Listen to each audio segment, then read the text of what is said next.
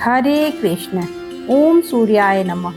आप सभी का दिन शुभ और मंगलमय हो।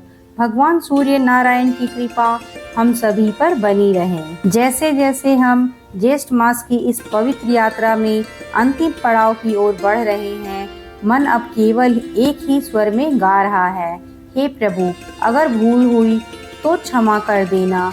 भूल से बना है यह जीवन और क्षमा से बनती है आत्मा की राह। आज जब मन थक चुका है, विचार मौन है और हृदय केवल द्रवित है, तो यही समय है पूर्ण शरणागति का। आज इस क्षण हम हाथ जोड़कर पूरे भाव से प्रार्थना करते हैं, हे श्री कृष्ण, हे सूर्य देव, हमें क्षमा करें। अगर किसी दिन अभिमान किया हो, अगर श्रद्धा कम हुई हो या अगर आपको भुला दिया हो, तो हमें अपने चरणों में स्थान दें, जहां हम फिर से शुद्ध होकर उठ सके और आपकी कथा को सच्चे भाव से सुन सके। तो आइए आज की इस कथा की ओर बढ़ते हैं, जो हमें सिखाएगी कि क्षमा से बड़ा कोई वरदान नहीं और शरणागति से श्रेष्ठ कोई मार्ग नहीं। आइए अब आज की कथा प्रारंभ करते हैं। इससे पहले के अध्याय में हम सब ने जाना कि किस प्रकार देवी अदिति ने सूर्य देव की तपस्या की थी और उनकी श्रुति से प्रसन्न होकर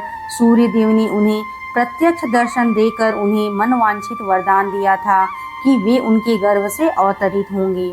वरदान पाकर देवी अदिति तपस्या से निवृत्त हो गई। इसके बाद सूर्य देव की सुषमणा नाम वाली किरण, जो सहस्त्र किरणों का समुदाय थी, देव माता अदिति के गर्भ में अवतरित हुई।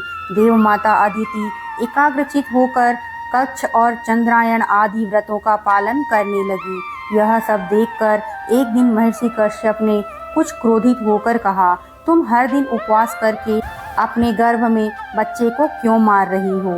यह सुनकर वह कहने लगी, देखिए, यह रहा गर्भ का बच्चा, मैंने इसे नहीं मारा, बल्कि यह तो स्वयं ही अपने शत्रु को मारने वाला होगा। ऐसा कहकर देवी अदिति ने उस गर्भ को ही अपने पेट से बाहर कर दिया। वह अपने तेज से प्रज्वलित हो रहा था। उदयकालीन सूर्य के समान तेजस्वी उस गर्भ को देखकर कश्यप जी ने प्रणाम किया और आदि ऋचाओं के द्वारा आदर पूर्वक उनकी स्तुति की। उनकी स्तुति करने पर शिशु रूपधारी सूर्य देव उस अंडाकार गर्भ से प्रकट हो गए। उनके शरीर की कांत कमल पत्र के समान श्याम थी। वे अपने तेज से संपूर्ण दिशाओं को उज्जवल कर रहे थे। इसके बाद मुनि श्रेष्ठ कश्यप जी को संबोधित करके बादलों के समान गंभीर वाणी में एक आकाशवाणी हुई, मुनि, तुमने अदिति से कहा था कि इस अंडे को क्यों मार रही हो? उस समय तुमने मारितम अंडम इस शब्द का उच्चारण किया था, इसलिए तुम्हारा यह पुत्र मार्तंड के नाम से विख्यात होगा और शक्तिशाली होकर सूर्य के अधिकार का पालन करेगा। यह यज्ञ भाग्य का अपहरण करने वाले देव शत्रु असुरों का संहार भी करेगा। यह आकाशवाणी सुनकर देवताओं को बड़ा हर्ष हुआ और दानव बलहीन हो गए। तब देवराज इंद्र ने दैत्यों को युद्ध करने के लिए ललकारा। दानव भी उनका सामना करने के लिए युद्ध के मैदान में आ पहुँचे। फिर देवताओं और असुरों के बीच घोर संग्राम हुआ। उनके अस्त्र शस्त्र की चमक से तीनों लोकों में प्रकाश फैल गया। उस युद्ध में भगवान सूर्य की क्रूर दृष्टि और उनके तेज से सभी असुर जलकर भस्म हो गए। अब देवताओं के हर्ष की कोई सीमा नहीं रही। उन्होंने तेज के उत्पत्ति स्थान भगवान सूर्य और देवी अदिति की स्तुति की। अब उन्हें पहले की तरह अपने अधिकार और यज्ञ के भाग भी प्राप्त हो गए। इसके बाद भगवान सूर्य अपने अधिकार का पालन करने लगे। वे नीचे और ऊपर फैली किरणों के कारण कदम पुष्प के समान सुशोभित हो रहे थे। उनका मंडल गोलाकार अग्निपिंड के समान है। इसके बाद भगवान सूर्य को प्रसन्न करके प्रजापति विश्वकर्मा जी ने विनय पूर्वक अपनी संज्ञा नाम की कन्या उनको ब्याह दी। विप्सवान से संज्ञा के गर्भ से विवस्त मुनि का जन्म हुआ। तो अब राजा ने पूछा, हे मुनि, आपने आदिदेव भगवान सूर्य का महात्म्य और स्वरूप का विस्तार पूर्वक वर्णन किया। अब मैं उनकी महिमा का और वर्णन सुनना चाहता हूँ। कृपया प्रसन्न होकर बताने की कृपा करें। तब मुनि बोले, हे राजन, अब मैं तुम्हें आदिदेव सूर्य का महात्म्य बताता हूँ, ध्यान पूर्वक सुनो। पूर्व काल में दम के पुत्र राज्यवर्धन बड़े विख्यात राजा हुए हैं। वे अपने राज्य का धर्म पूर्वक पालन किया करते थे। इसी कारण वहाँ के धन जन की दिन प्रतिदिन वृद्धि होने लगी। उस राजा के शासन काल में समस्त राष्ट्र, नगर और गांव के लोग अत्यंत स्वस्थ और प्रसन्न रहा करते थे। वहाँ कभी भी कोई उत्पात नहीं होता था, ना कोई रोग होता था, ना ही सांप के काटने का भय होता था और ना ही बाढ़ आदि का डर होता था। राजा ने बड़े बड़े यज्ञ किए, याचकों को भरपूर दान दिए और धर्म के अनुकूल रहकर विषयों का उपभोग किया। इस प्रकार राज्य और प्रजा का भली भांति पालन करते हुए उस राजा के 7,000 वर्ष ऐसे बीत गए मानो एक ही दिन बीता हो। दक्षिण देश का राजा विदुरथ की पुत्री माननी राज्यवर्धन की पत्नी बनी। एक दिन वह सुंदरी राजा के मस्तक में तेल लगा रही थी। उसी समय वह राज परिवार के देखते देखते आंसू बहाने लगी। रानी के आंसुओं की बूंदें जब राजा के शरीर पर पड़ी तो उन्होंने मुख पर आंसू देखकर मानिनी से पूछा, देवी यह क्या हुआ, तुम क्यों रो रही हो? स्वामी के इस प्रकार पूछने पर उस मानिनी ने कुछ नहीं कहा, पर जब राजा ने बार बार पूछा तब उस सुंदरी ने राजा की केश राशि में एक पका हुआ बाल दिखाया और कहा, राजन यह देखिए, क्या मुझ अभागिन के लिए दुख का विषय नहीं है? यह सुनकर राजा हंसने लगे। उन्होंने वहां एकत्रित सभी राजाओं के सामने अपनी पत्नी से हंसकर कहा, सुबह इसमें शोक की क्या बात है? मेरे सिर पर पका हुआ बाल देखकर तुम्हें रोना तो नहीं चाहिए। राजा आगे बोले, जन्म, वृद्धि और परिणाम आदि विकार सभी जीवधारियों के होते हैं। मैंने तो सभी वेदों का अध्ययन किया है, हजारों यज्ञ किए, ब्राह्मणों को दान दिया और मेरे कई पुत्र भी हुए जो अन्य मनुष्यों के लिए अत्यंत दुर्लभ है। ऐसे उत्तम भोग भी मैंने तुम्हारे साथ भोग लिए। पृथ्वी का भली भांति पालन किया और युद्ध में भी मैं अपने धर्म का पालन किया। भद्रे, अब भला ऐसा कौन सा शुभ कर्म है जो मैंने नहीं किया? फिर इन पके बालों से तुम इतना क्यों डरती हो? सुबह मेरे बाल पक जाएं, शरीर में झुर्रियां पड़ जाएं या देह शिथिल हो जाए, कोई चिंता नहीं है। मैं अपना कर्तव्य पूर्ण कर चुका हूँ। कल्याणी, तुमने मेरे सिर में जो पका हुआ बाल दिखाया है, अब वनवास लेकर उसकी भी दवा करता हूँ। पहले बाल अवस्था और कुमार अवस्था में तत्कालोचित कार्य किया जाता है, फिर युवा अवस्था में यौवनोचित कार्य होते हैं और बुढ़ापे में वन का आश्रय लेना ही उचित माना जाता है। मेरे पूर्वजों और उनके भी पूर्वजों ने ऐसा ही किया है, इसलिए मैं तुम्हारे आंसू बहाने का कोई कारण नहीं देखता। पके बाल का दिखाई देना तो मेरे लिए महान अभ्युदय का कारण है। यह तो मेरे लिए प्रसन्नता का विषय है।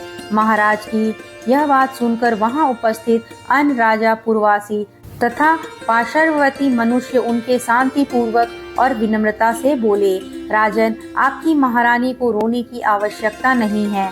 रोना तो हमें और समस्त प्राणियों को चाहिए, क्योंकि आप हमें छोड़कर वनवास लेने की बात कर रहे हैं। महाराज, आपने हमारा लालन पोषण किया है। आपके चले जाने की बात सुनकर तो हमारे प्राण निकलते हैं। आपने 7,000 वर्ष तक इस पृथ्वी का पालन किया है और अब आप वन में रहकर जो तपस्या करेंगे वह इस पृथ्वी पालन जनित पुण्य की 16वीं कला के बराबर भी नहीं हो सकते।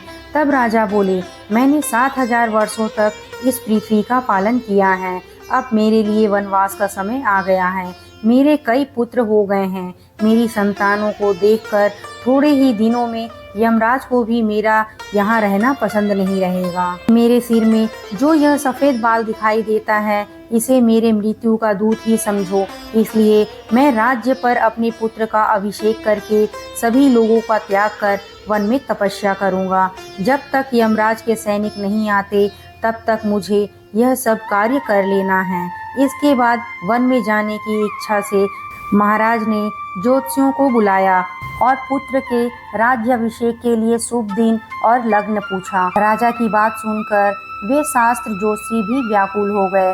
उन्हें दिन, लग्न और होरा आदि का ठीक ठीक ज्ञान नहीं हो सका। इसके बाद अन्य नगरों, अधीनस्थ राज्यों और नगर से बहुत से श्रेष्ठ ब्राह्मण आए और वन में जाने के लिए उत्सुक राजा राज्यवर्धन से मिले। उस समय उनका माथा कांप उठा। वे बोले, राजन, हम पर प्रसन्न होइए और पहले की तरह अब भी हमारा पालन कीजिए। आपके वन में चले जाने पर समस्त जगत संकट में पड़ जाएगा, इसलिए आप ऐसा प्रयास करें जिससे इस जगत को कोई कष्ट ना हो।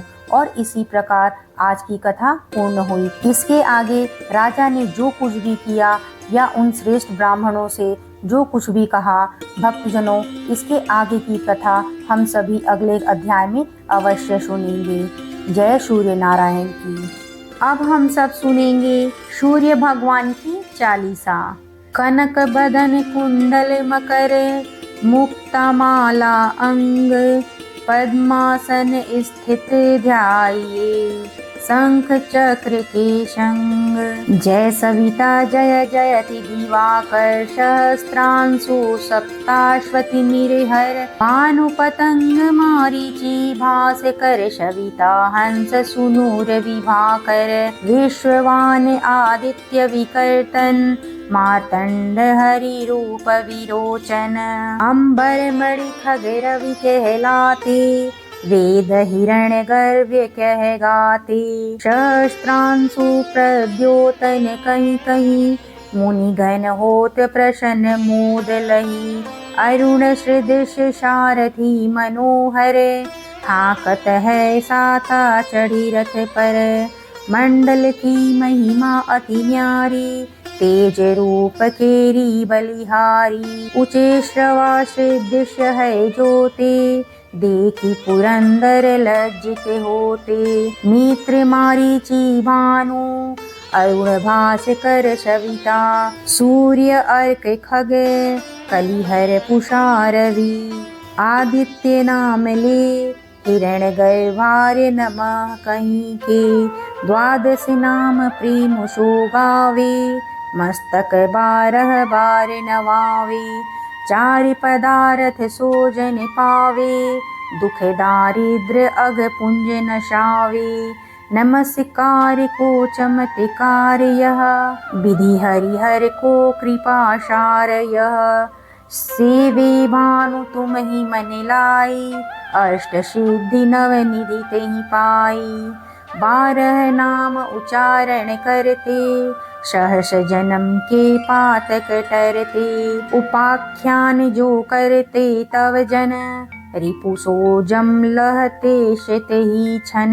धन सुत जुत परिवार बढ़ंतु है, प्रबल मोह को फंद कटतु है।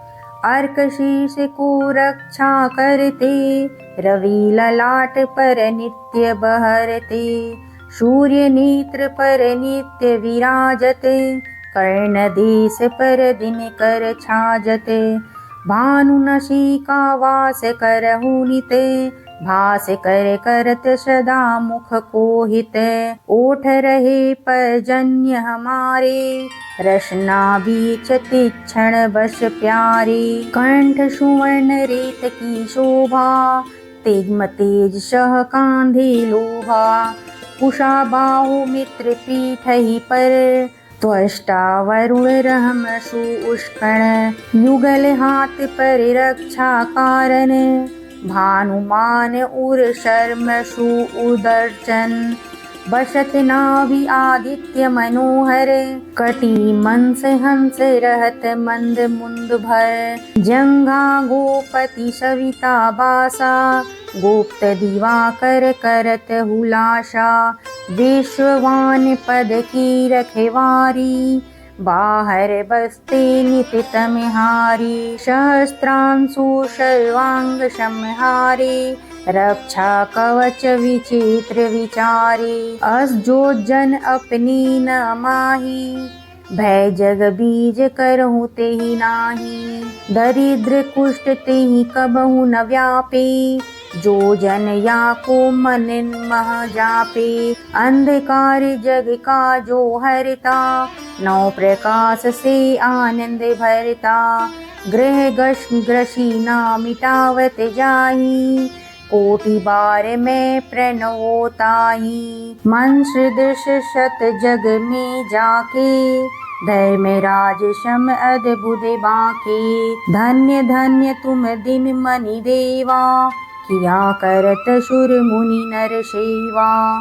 भक्ति भाव युक्ति पूर्ण नियम सो, दूर हटत सो भव के भ्रम सो। परम धन्य सो नर तन धारी, है प्रसन्न जय पर तमहारी। अरुण माग मह सूर्य फाल्गुन, मध वेदांग नाम रवि उदय। भानु उदय वैशाख गिनावे, ज्येष्ठ इंद्र आषाढ़ रवि गावे। यम भादो अश्विन हिम रेता, कार्तिक होत दिवाकर नीता। अगहन भिन्न विष्णु है पुषहि, पुरुष नाम रवि है मल मासहि। भानु चालीसा प्रेम युक्त, गावहि जे नर नित्य।